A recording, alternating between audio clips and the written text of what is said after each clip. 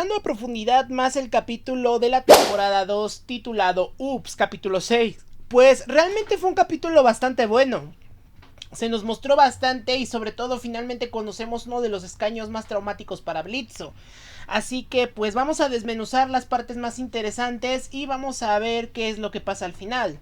Pues uno de los primeros detalles que podemos ver y el más interesante es que aparentemente se estaría confirmando la teoría del triunvirato.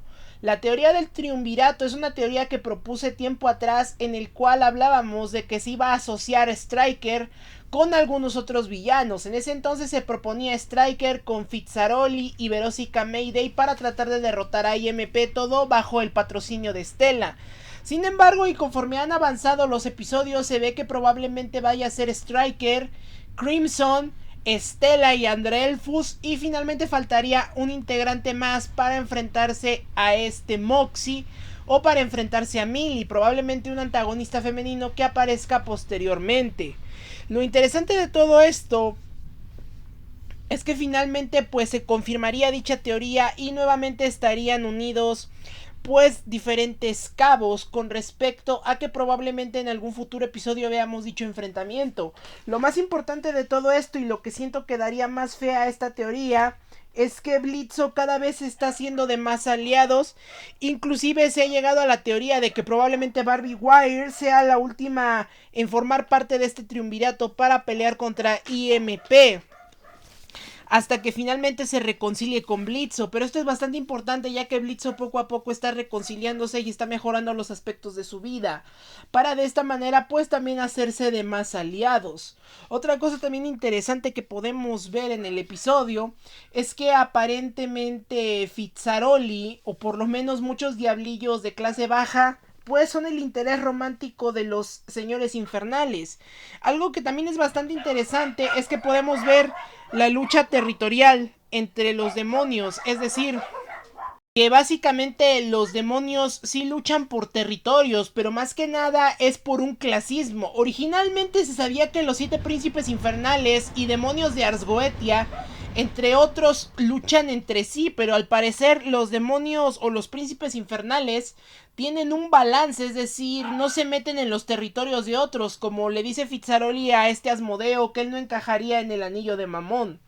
Esto es bastante interesante porque aparentemente sí existe el clasismo y sobre todo sí existe la lucha hegemónica, pero la lucha hegemónica se basa más que nada en las clases inferiores como los diablillos para tratar de derrotar o eliminar a los demonios de clases más altas. Sabemos que los príncipes infernales, hasta donde se sabe, no pueden ser lastimados ni siquiera quizás por un arma angelical del infierno, pero lo interesante de todo esto es que sí pueden ser chantajeados y es de ahí de donde se agarra Crimson, y realmente Crimson no le dio miedo meterse con un príncipe infernal al punto de querer quitarle pues su fábrica y sus ganancias, porque era lo único que Crimson quería con el contrato que iba a obligarle a firmar a Asmodeo.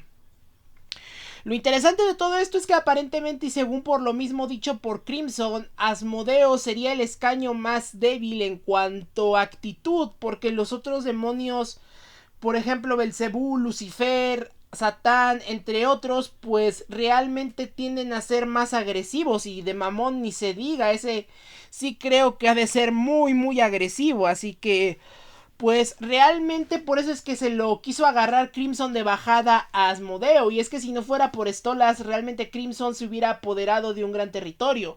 Esto nos muestra la peligrosidad, porque imagínense, si un diablillo como Crimson quiere chantajear a un demonio como Asmodeo, imagínense lo que un Overlord como Alastor, lo que un Overlord como Valentino, como TV Box, Rossi podrían hacer si lograran chantajear. Esa es otra razón por la cual ellos no pueden salir del anillo del orgullo, porque realmente sí se la podrían agarrar feo contra otro demonio de jerarquía mayor. Inclusive en la misma escala Vipsipup nos dice que los Overlords están un escaño debajo de los demonios de Asgoetia, es decir, casi los igualan en poder. Ahora imagínense si un demonio como Alastor tuviera el grimorio de Stolas, no me imagino lo que este llegaría a hacer. Este sí podría causar un desbalance muy grande en el infierno. Entonces, Ese es otro punto importante, que finalmente Vip Zipub está abordando el tema de los contratos, que va a ser fundamental en Hazbin Hotel. Otra cosa también bastante interesante es que poco a poco Blitzo ya no se está viendo como ese personaje detestable o molesto, por el simple hecho de que Blitzo está demostrando que lo que pasa con él y por lo menos lo que tiene intriga en sus relaciones, habría que verlo con Verónica Mayday, es que aparentemente las relaciones de Blitzo no solo tienden a fracasar, sino que es como él dice, todas las personas que yo amo o que yo quiero están destinadas a abandonarme, voy a quedarme solo.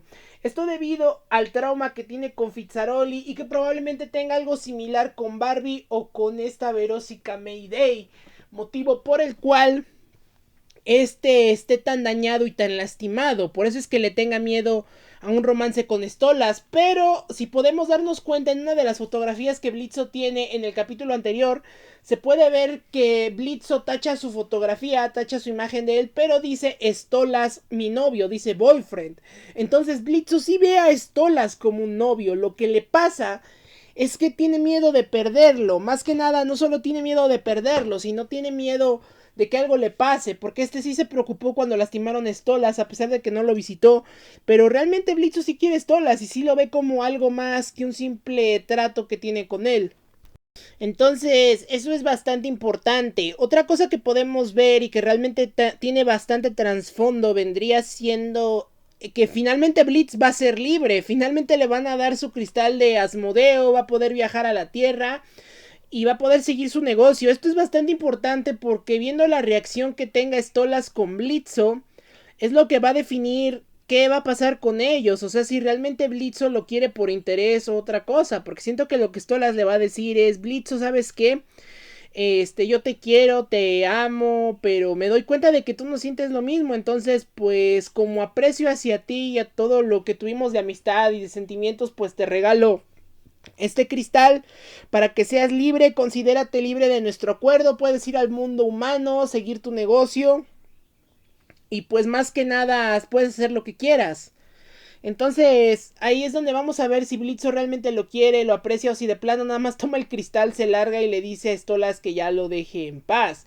Porque seamos sinceros, Blitzo en el fondo sí está enamorado de Stolas. Fitzaroli lo vio, inclusive por eso le dijo en una escena, me alegra tener a alguien que sienta lo mismo, que comparta lo mismo, que a pesar de ser diablillos y estar en los escaños más bajos, pues son ampliamente apreciados. Inclusive Belzebú tiene como pareja a Vortex, que está muchísimo más por debajo que un diablillo, porque los Hellhounds son básicamente objetos para los demás demonios. Entonces, pues realmente Blitzo y Fitzaroli estarían en un escaño superior, pero aún así Vortex tiene ligada a uno de los 7 señores infernales.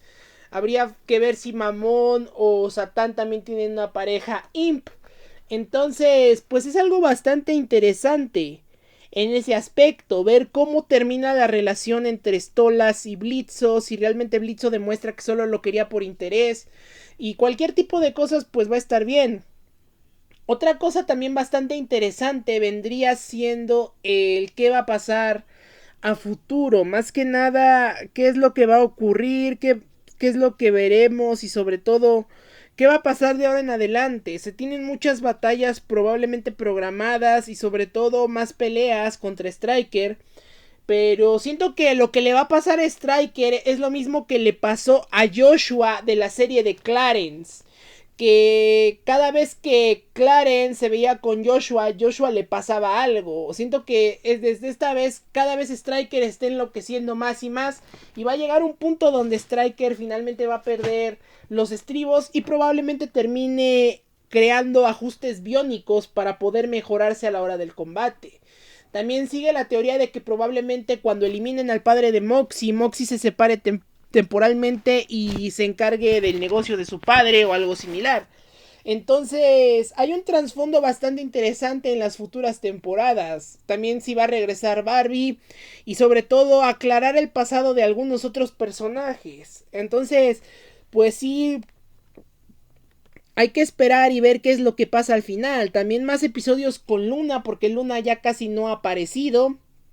Entonces, pues sigue la incógnita de si sigue habiendo problemas con la actriz de doblaje de Luna Y pues muchas cosas más, pero realmente siento yo que fue un buen episodio. Otra cosa bastante interesante, se nos muestra que aparentemente el fuego verde sería fuego fatuo. Un fuego que es capaz de dañar a los espíritus. Sería también interesante ver si ese fuego puede lastimar a un Overlord.